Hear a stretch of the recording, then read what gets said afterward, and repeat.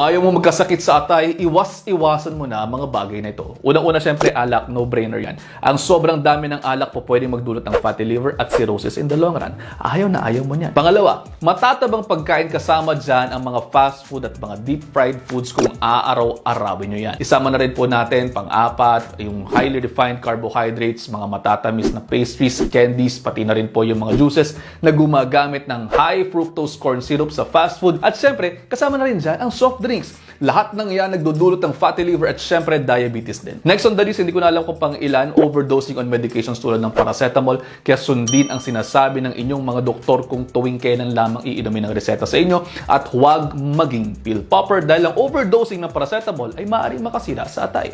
Lastly, pagiging sedentary, sabi nga nila, gumalaw-galaw para hindi agad pumanaw at gumalaw-galaw para makapag-lose ng weight at syempre for overall health din. At paano almost 1 minute na to, I hope you are all 1 minute wiser and healthier.